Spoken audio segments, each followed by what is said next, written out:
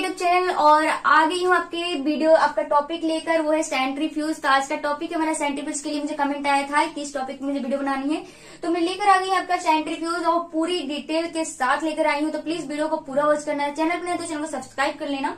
तो गाइस आइए स्टार्ट करते हैं बिना टाइम वेस्ट किए वीडियो को, कि सेंट्रीफ्यूज होता क्या है और किस प्रकार से इसका यूज किया जाता है।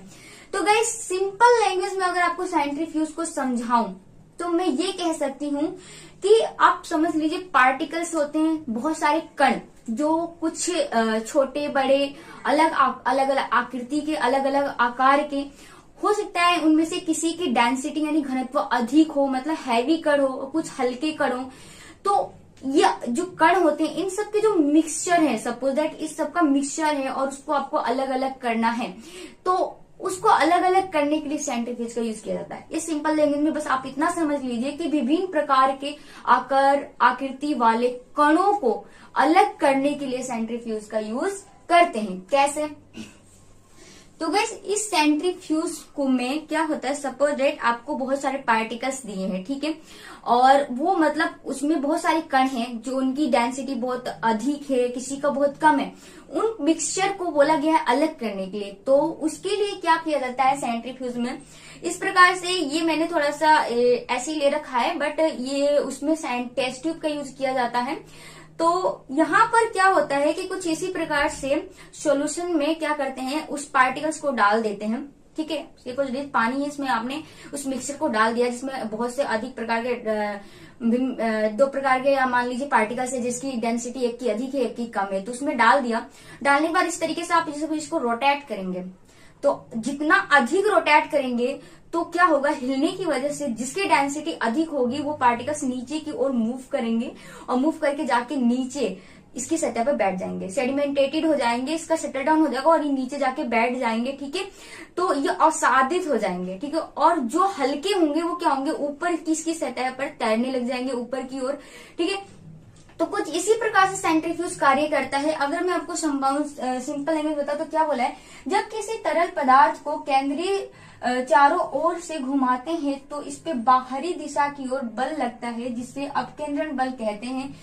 तो क्या बोला इसमें कि जब किसी सॉल्यूशन को इस तरीके घुमाया जाता है, ठीक है, चारों तरफ से उसको घुमाया जाएगा तो क्या होगा, इस पे बाहरी दिशा की ओर बल लगेगा। उस बल को क्या कहते हैं, अपकेंद्रण बल कहते हैं, ठीक है, सेंट्रीफ्यूजल फोर्स कहते हैं।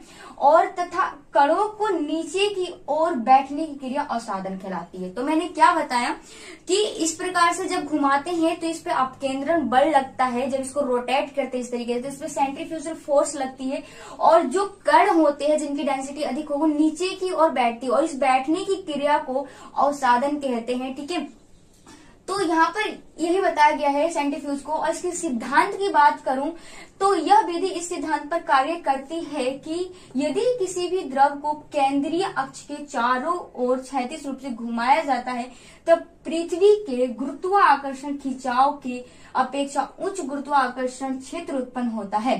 तो क्या बोला है इसमें कि जब किसी द्रव को यानी किसी द्रव को क्या करते हैं, केंद्रीय अक्ष पर रख के घुमाया जाता है, इस तरीके से बहुत तेज से जब घुमाया जाएगा तो क्या होगा यहाँ पर, तब पृथ्वी के गुरुत्वाकर्षण खिंचाव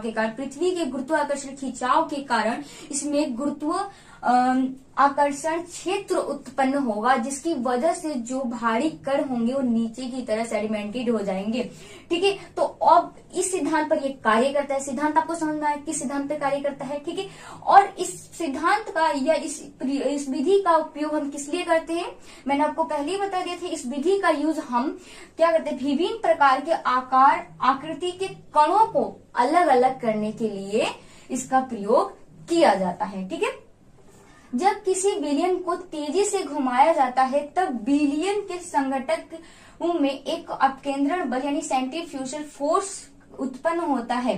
तो मैंने क्या बोला, जब विलयन को अधिक तेजी से जब घुमाया जाएगा तो क्या होएगा कि वहां पर अपकेंद्रण बल उत्पन्न होता है उनके कणों के बीच, जो उसमें कण होंगे उसमें क्या होता है, अपकेंद्रण बल उत्पन्न होता है, और जिसके कारण उच्च घनत्व वाले कण जिनकी डेंसिटी अधिक है, जिस कण की डेंसिटी अधिक है, उच्च डेंसिटी वाले जो कण होंगे या पदार्थ जो टेस्ट ट्यूब आपने लिया है उस टेस्ट ट्यूब में नीचे की ओर, टेस्ट ट्यूब दिया होता है सेंट्रीफ्यूज में, तो टेस्ट ट्यूब में नीचे की ओर जाकर बैठ जाएंगे तथा आधारीय तल की ओर गति करेंगे, नीचे की ओर गति करके जाके और साधित हो जाएंगे, सेडिमेंटेटेड हो जाएंगे और नीचे की ओर बैठ जाएंगे।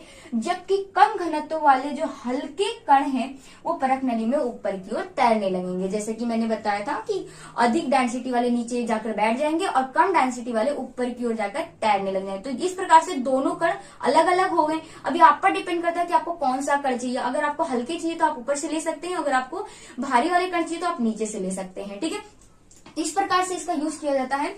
अब इसकी गणना की बात करूं कि किस प्रकार से इसकी गणना करते हैं, तो इस प्रकार से इसको हम गणना कर सकते हैं। इसका फॉर्मूला होता है F=S²R/अपॉन 89,500। यहाँ पर जो 89,500 जी का एक इकाई है और यहाँ पर F जो है वो इसको अपकेंद्रण बल माना गया है, क्योंकि ये गुरुत्वाकर्षण बल की रूप में इसको दर्शाया जाता है अपकेंद्रण बल को, इसीलिए इसको F से डिनोट किया गया है। और S जो है वो परिभ्रमण पर घूर्णन प्रति मिनट यानी कि रेजोल्यूशन पर मिनट है ये। ठीक है, तो ये जिसकी रेजोल्यूशन पर मिनट अधिक होती है उतना ही अधिक ये कार्य करता है। उसके बाद आता है सेंट्रीफ्यूज के पार्ट यानी कंपोनेंट, भाग कौन कौन से होते हैं इसमें। तो इसमें सामान्यतः जो मेन पार्ट होते हैं सेंट्रीफ्यूज में वो होते हैं रोटर, मोटर और ड्राइव शाफ्ट, टाइमर, डिस्प्ले, ढक्कन, बहुत सारी चीजें होती हैं। अब अभी तक आपको कुछ ऊपर से जा रहा होगा तो आप इस वीडियो को देखिए। इस वीडियो में आपको दिख रहा होगा कि जो व्यक्ति है उसने क्या लिखा है, टेस्ट ट्यूब। टेस्ट ट्यूब में उसने सॉल्यूशन डाला, ये सॉल्यूशन लिया है, उस सॉल्यूशन को क्या कर रहे हैं, सॉल्यूशन को टेस्ट ट्यूब में ले लिया। इसको हम सेंट्रीफ्यूगेशन ट्यूब भी बोल सकते हैं या टेस्ट ट्यूब भी होता है, टेस्ट ट्यूब में भी काम कर लिया जाता है, पहले टेस्ट ट्यूब में ही होता था। तो टेस्ट ट्यूब में सॉल्यूशन को लिया, अब इसको डाल रहा है, जिसमें जो डाला है वो वेल्व है और जो वेल्व बना हुआ है वो इस तरीके से जो आपको दिख रहा है वो जो है ना वो रोटर है। क्या है, रोटर। और उस रोटर के नीचे रोटर से जुड़ा हुआ है मोटर।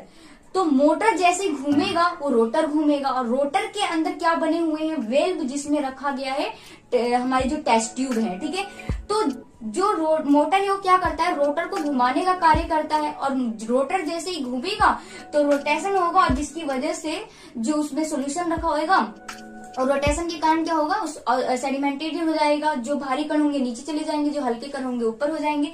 तो इस प्रकार से ये कार्य करता है। आई होप इस वीडियो ने आपके सारे डाउट क्लियर कर दिए होंगे। अब बात कर, उसमें और भी टाइमर भी दिया होता है जिससे कि आप उसको कम ज्यादा भी कर सकते हैं।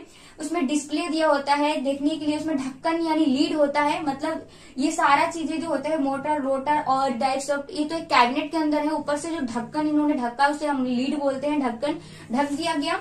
अब इस प्रकार से तो ये कार्य करता है।